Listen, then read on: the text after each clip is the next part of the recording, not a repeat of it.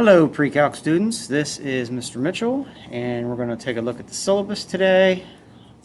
This is something that you'll have to have signed and returned or acknowledge electronically that you've received it and understand it and have no questions. I'm not going to read through everything, but I'm just going to go through a few things. Best way to communicate is through email. If we are able to pass out textbooks, that is how much it costs, so you don't want to lose it. In terms of recommended supplies, if we're hybrid or in person, you do need to have a way of keeping things organized. The 3-ring binder is recommended. Graphing calculator is also very helpful, very useful. I highly recommend it, but you can get away with using desmos.com to do the same type of stuff if you do not have access to a calculator. Some other things to just look through.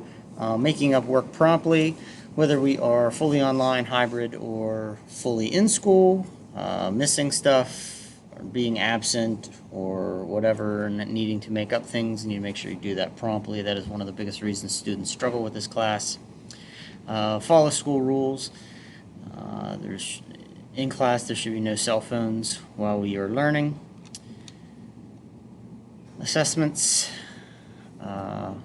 Different types of grades. Homework is graded on done or not done. It would be just like a class activity as well. Those things are graded on full credit or no credit. Full credit if you've done it, no credit if you have not completed it. Tests and quizzes are graded on your accuracy. Show what you know. Don't be afraid to ask questions. Make sure you stay up in PowerSchool with what is going on. We'll be using Schoology heavily this year, no matter what tier we are in. If we are in the classroom, I will have papers for you to sign and return. If we are just online, there will be an electronic way for you to respond.